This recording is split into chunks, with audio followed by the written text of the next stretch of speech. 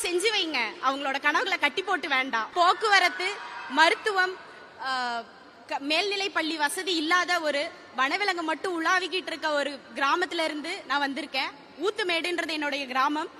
அங்க என்னுடைய பள்ளி கல்வி எல்லாம் பாத்தீங்க அப்படின்னா ஃபுல்லா மிதிவண்டியில நான் போயிட்டு தினமும் 16 கிலோமீட்டர் மிதிவண்டியில போய் தான் என்னுடைய 6ஆம் வகுப்பு முதல் 12ஆம் வகுப்பு வரை என்னுடைய கல்வி முடிக்கிற மாதிரி இருந்துச்சு.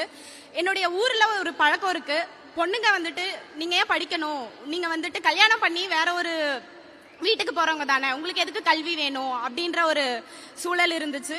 அதே மாதிரி எனக்கும் அந்த நெருக்கடி வந்தது என் குடும்பத்துல இருந்து. அதுல இருந்து தப்பிக்க ஒரு வழி கல்வின்றதை நான் முடிவு பண்ணேன். எப்போ எழுந்திருக்கிறேனோ நைட்டு 1 மணி 2 மணி நான் புக்கை தான் கட்டி பிடிச்சி தூங்கி இருக்கேன்.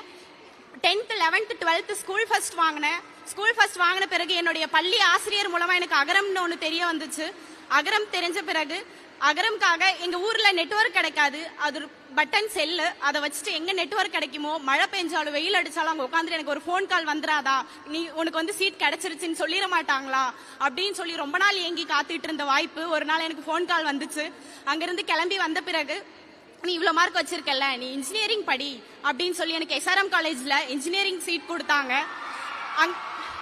அங்க நான் படிச்சுட்டு அகரம்ல, அதாவது கவர்மெண்ட் ஸ்கூல்ல இருந்து படிச்சுட்டு வந்த தமிழ் மீடியம்ல படிச்ச ஸ்டூடெண்ட்ஸ்க்கு என்ன தேவைப்படுது இதுக்கப்புறமும் அப்படின்றத புரிஞ்சுக்கிட்டு நிறைய கற்றல்கள், நமது பள்ளி, இணைய, அதுல எல்லாத்துலயும் நிறைய டிராவல் பயணம் பண்ணினேன். அதுல நிறைய கத்துக்கிட்ட பிறகு எனக்கு வந்து ஒரு ஆட்டோமொபைல் இண்டஸ்ட்ரியில நான் செலக்ட் ஆயிட்டு என்னுடைய நான் வேலை ஜாயின் பண்ண போறது குஜராத் போகும்போது அதுதான் என்னுடைய முதல் விமான பயணம் கூட.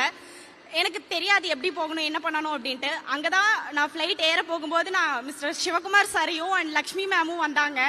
அவங்க 2 பேரும் வந்து தான் நீ சீட் இப்படிதான் பார்க்கணும், இப்படிதான் செக்இன் பண்ணணும், ஃபுல்லா அவங்க தான் சொல்லி கொடுத்தாங்க. எனக்கு அப்போ ஒரு உணர்வு தோணுச்சு, உனக்கு அகரம் தந்த கல்வி இருக்கும்போது நீ ஏன் பயந்துக்கணும், நீ மொழி தெரியாத ஊர் போனாலும் நீ பொழைச்சுக்குவ அப்படின்ற மாதிரி இருந்துச்சு.